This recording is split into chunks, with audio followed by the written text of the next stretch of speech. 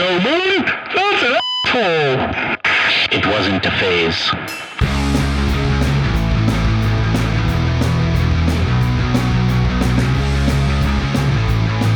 And we're back at the Senior Citizen Podcast with, dare I say, well, you are the drummer, but also the admin of Signs of Progress, Jared. the band dad, if you will. Oh, I like that title better than admin. But yes, that's me. I do dance classes, and sometimes for the classes we all want to like dress up or, you know, whatever, like everybody wear one color or something. Mm-hmm. And we have the admin of the group who like goes in to reminds everybody, hey, wear this or wear that. So I think your job is somewhat similar in that perspective. When it comes to what to wear, that's more Sage's thing, but I'm more of the make sure everything gets done when it needs to get done, and more like the business side of the stuff. So. Oh, got you. Okay. Yeah. So tell me a little bit about Signs of Progress, background, how you guys got started. Ooh, it's a long one, so we'll shorten it up a little bit for you. So we're a pop punk band. We're mostly based out of here in Gainesville, Florida. Sage lives in Long Island, New York. The rest of us are here. We started doing this. I started writing the music for this project in 2012. Oh, wow. And yeah, a long time ago. I was playing metal before that, like metal and hardcore, and I was kind of just wanting to like try something different. So I started doing this, and then we just started trying to make a band. The first version of the band, we were called When Men and Mountains Meet. We changed that name for obvious reasons. It sounded too metal. And way too long, and you know, just a lot of learning experiences. But like over the years, we really struggled with like members staying in the band. Mm-hmm. So from its inception, basically in 2012, we had a hard time. We finally got a lineup that worked in about 2014. And then we played a few shows with that, and then that didn't work out with those members. Trent is the only person, aside from myself, who's been in the band the entire time. So everyone else kept like coming in and out. And then just over the course between 2014 and 2019, we just kept having members fluctuate to the point where we just like basically almost gave up. And then Justin was using this website called Band Mix, which is kind of like LinkedIn for musicians. I think I've seen like ads for that. Mm-hmm. It's a great website, honestly. Mm-hmm. And, you know, he just like messaged Sage on there. He found her, was like, hey, listen, you know, we have music written, we're ready to go, or we just need someone to like write vocals and record it. Because we had our first EP, Safe Haven, that we were trying to like, we just, at this point, we're like, can we just record this and then say we did it and be done? You know, I'm trying to do this for all these years. And messaged her, and she messaged us back, and it just kind of like went from there. She liked what we were doing. She's a fantastic vocalist, and it worked out. And then we just kind of like made Safe Haven and just progressed from there. And here we are. I really hope I'm not wrong when I say this, because I'm on tired brain right now. This is my first actual cup of caffeine in the day. Oh, wow. I think this is the first pop punk band I have on a show, and it has been like a goal for me to get a pop punk band on this podcast because I love pop punk. Like, nice. Usually everyone's very into metal, heavier stuff. We've had indie rock, that kind of stuff, but never pop punk. Well, I'm honored to be here. You've what is it called? Baptized the pop punk section of the show. But I love that. I love that you were like, you know, not everybody's got to do metal, and you explored that sound. What kind of bands inspired you? For me personally, I'm really influenced by a lot of the early 2000s pop punk. So like New Found Glory, Blink-182, Sum 41, Yellow Card, all of that stuff is kind of like where I'm coming from. And then I came from a metal background before that. So a lot of the early versions of the songs were still very like, you could tell it was a metal player trying to write not metal. It took a long time to break that.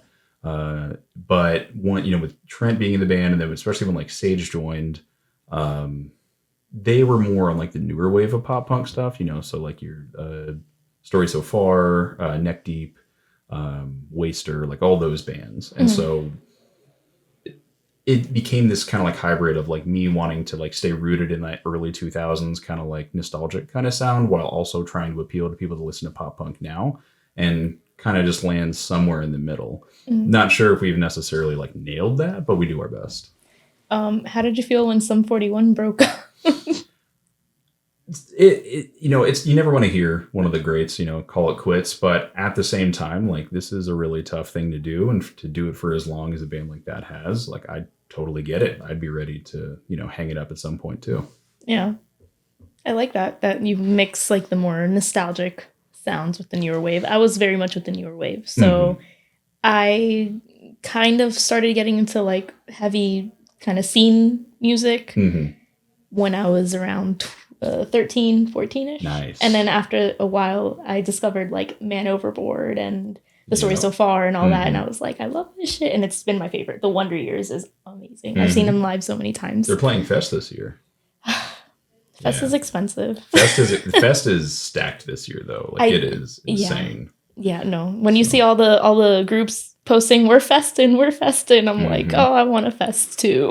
But it sounds like you found it in like those prime like angst years, which is like the perfect time to get into like the emo and everything. Yeah, I found. I mean, the up years, the Wonder Years during the Upsides.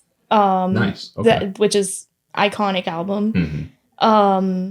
Before that, Man Overboard. I mean, right before Heart. I mean, I was listening to them while Heart Attack came out. Okay. But their previous stuff is probably like what I love to listen to the most because it just sounds so gritty. It has that garage feeling to it. Like, we're not pro musicians yet, maybe you are, but there's something in the raw energy of those types of recordings. And that's like, when you go back and listen to like the classic, like emo albums, like I always use Discovering the Waterfront by Silverstein as like a great example of that, of like, you know, it's a produced album, but it has a lot of like raw energy to it. And like, that's like the perfect mix. And it's like, that's very like reflective of that time because that was before everybody had all like the home recording abilities. So you had to go to a studio and you had to like capture that. And a lot of these bands go in on budgets and you just like get in there and you say, okay, this is what we have to do. Let's just get it done as fast as we can. You get a lot of that, like that primal kind of like energy that just like happens in the room that you can't create. It's actually funny. And I've mentioned this before in another episode, but do you know Insignificant Other? I do. So I love them. Like back in the day when they had Bandcamp. Okay. Nice. And they had an album on there called Songs About Teeth. That is one of my favorite albums. And I think it was recorded with an iPhone in somebody's room and a ukulele. Like there's probably minimal production work done to it. And it's still one of the best albums in my book. Doesn't exist anywhere anymore. Like, even if you try to find it, it's not on Spotify, it's not on anything. And do you know the band Bad Luck? No. Okay, so they're a New York band. Members of that band, Dom and Joe, are brothers, and they were down here. They played in a hardcore band called Von Wolf years and years ago.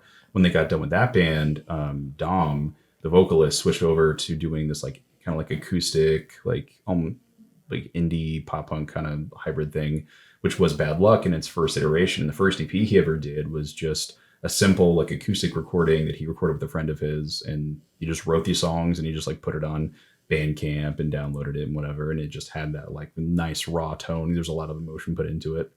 Now the band is like doing really well for themselves and they're like a whole group and everything. And but same thing, can't find that anywhere on the internet. They don't talk about it. It doesn't exist. So unless you have a hard copy, then you just don't know. I had a copy saved of the Insignificant Other album I'm telling you about. I found it on my Google Drive and I was like, I'm probably the only person on the earth to have this. Oh yeah, or the artist themselves. Sometimes you can message the artist and say, hey, I'm looking for this. I can't find it. Do you have like digital files I can find somewhere? Sometimes you're like, oh yeah, this is on a hard drive. Like go nuts. So, right. Yeah. I don't know to what extent that would be creepy. Like, hey, I've been obsessed with this album since like 10 years ago.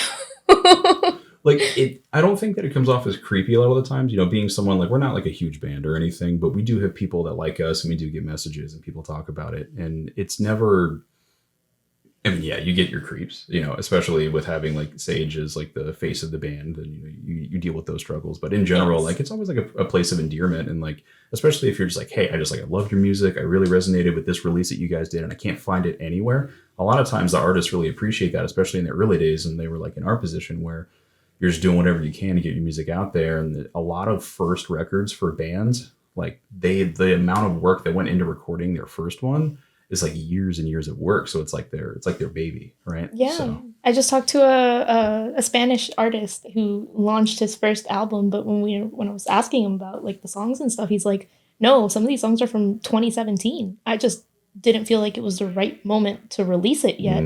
And I love seeing people put in so much hard work and effort into their music because it's their baby, basically. Like, this is your project and you really care about it. And someone out there is going to resonate with it. And it's probably going to either make them feel happy or make them reflect or help them through a hard time. And I think that's super inspiring. Absolutely. Like our song, Admit It, which is like probably the one people know the most by us. that song was the second pop punk song I've ever written in my life. And so that was written in 2012. How was the process for that? Like, how did you attempt to ditch that, okay, this isn't metal anymore mindset and get into writing pop punk? The metal bands and hardcore bands that I had been playing in and doing before that, there's just so much, drama early on, and it was just like I was just wanting to separate myself from it. So the mindset going into writing pop punk is I was like, I just need to find something that I can still play that has a lot of energy, which is like the main reason that I played metal and hardcore is like I love the energy of music, and it's always high energy with that stuff. And I was like, okay, well, what else can I do? Okay, and then pop punk is like perfect. It's still fun. And I always write very melodically in general, so it just kind of like fit.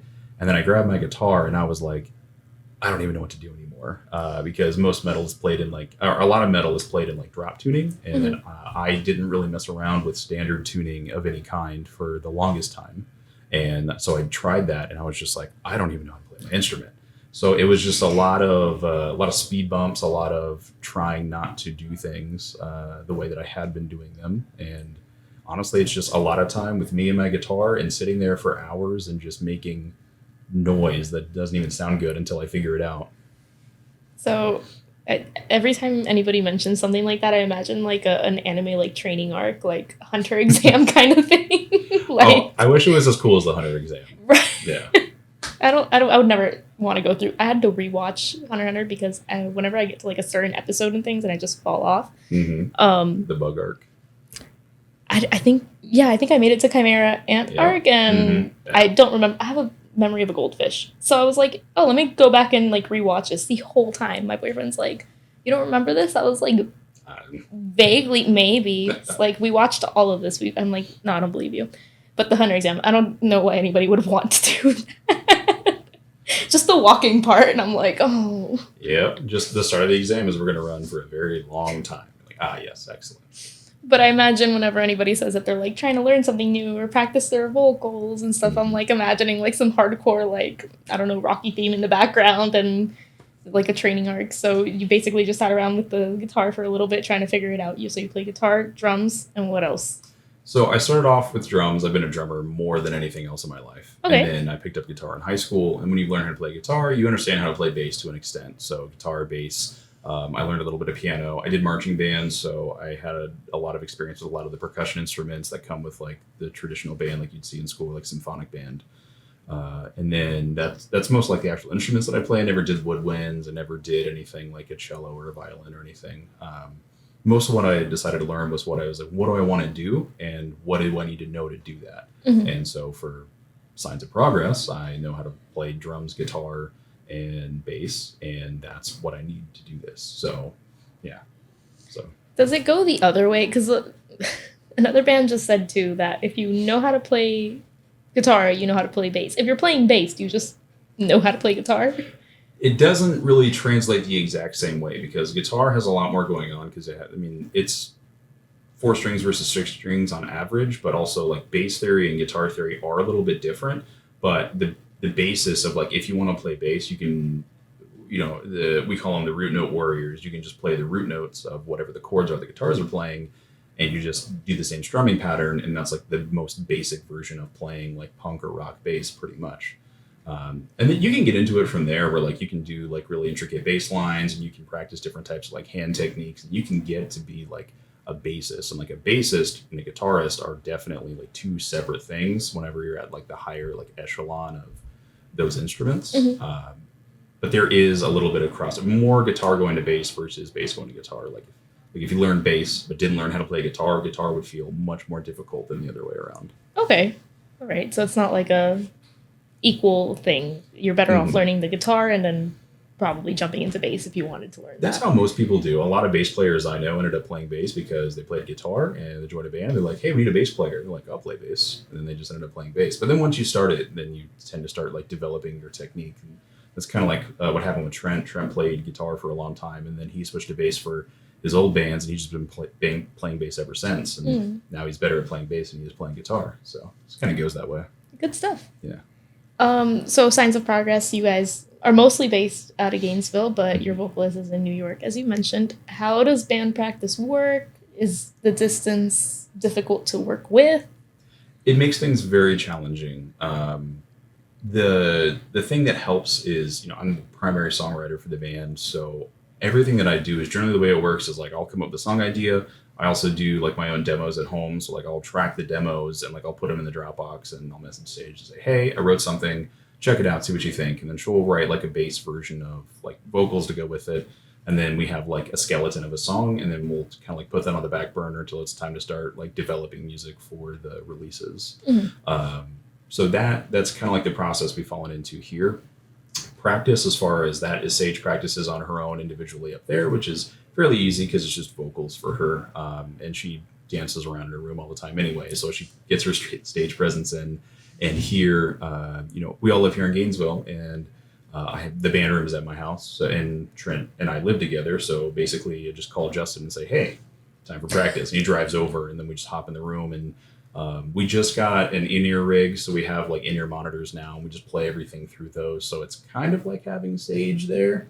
That's fun. So yeah, we do the best we can, and so as long as the instruments are like, we focus on making that tight as best we can here, and then Sage is just so good at what she does that she can just hop in, and like we always give ourselves enough time to at least have one practice before we play any shows, just to kind of like lock it in. But we are all at the point where I think that we're good enough to where we can just get into a room with each other, and we, it might not be perfect, but it's enough to like have fun and everybody have a good time at the show. So the whole being roommates, one of your bandmates, that gives me the vibe that like at 3 a.m, it's like, I have an idea out of nowhere. No, it's more like at 3 a.m, one of us is yelling at our computer because of whatever game we're playing is, or like watching anime or something. So yeah, it's honestly, it's not all what you think, because you see it like in the movies and you're like, oh yeah, you guys probably just like constantly like get together and like play instruments and like do this and do that, and it's more or less a normal living situation. And no, but then you have that one intrusive thought that's like, wait, this would be a good lyric at the random time, Sometimes Trent will just come into my room and he'll be like, hey, and then if he ever talks to me about something that's band related, it's always kind of like takes me back a little bit, but generally speaking, it's just like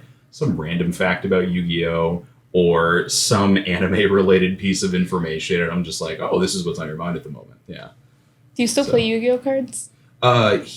We haven't played in a while. I played when I was younger. Yeah. He played more seriously for a little while, but neither of us really play a whole lot anymore, but we still talk about it. I used to play it as a kid, but I'd always need like the map that to, know where to put the cards and stuff. And I think I was just like too little and lazy to read all the cards. So my brother would try to help me, which means he was winning. So off to the Shadow Realm for me. Yeah, living in the Shadow Realm. Yeah. It's fine. Yu-Gi-Oh's, you don't need to worry about that one. It was pretty fun from what I remember. But what video games do you like to play?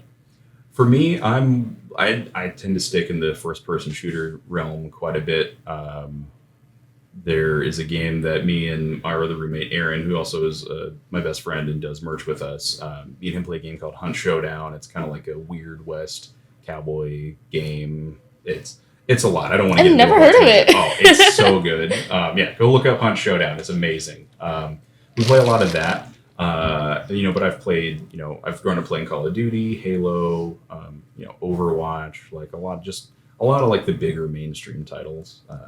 Trent is more on the side of like RPGs, so he plays a lot of like Final Fantasy Online. He plays World of Warcraft. I mean, his job is game development. Like he works for a publisher here in Gainesville. So so like his whole thing is like video games. I want to say that's a fun job, but I don't know.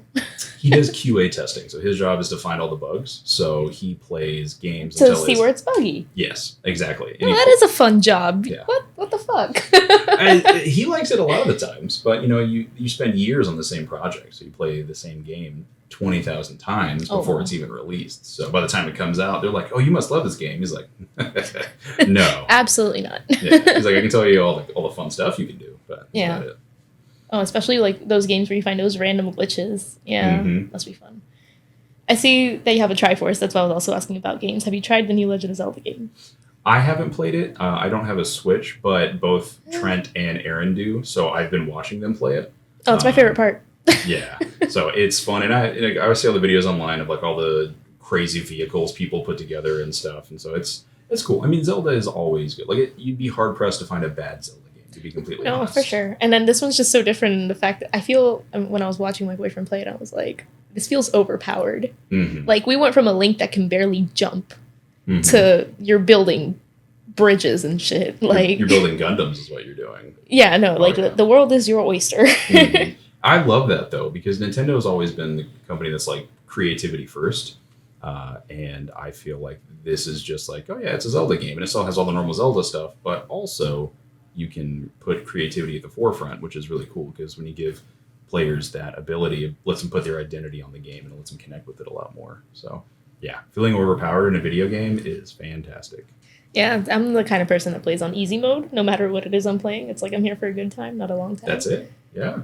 I'm here for the stories, basically. Mm-hmm. But I loved the dynamic of that game, and I loved seeing how Legend of Zelda has grown, how the games have grown when you have like Wind Waker, Majora's Mask, and Ocarina of Time, and now you see, what the games have developed into. Mm-hmm. Yeah, it's just, it gets better and better every time they do something, and it's like, oh, are they going to mess this one up? No, they're not. No, yeah, I think it's a game that it's such a good franchise that I think they're very careful about not releasing a very buggy game or something. Mm-hmm. How it happened with a band had told me once about the Cyberpunk Edge Runners.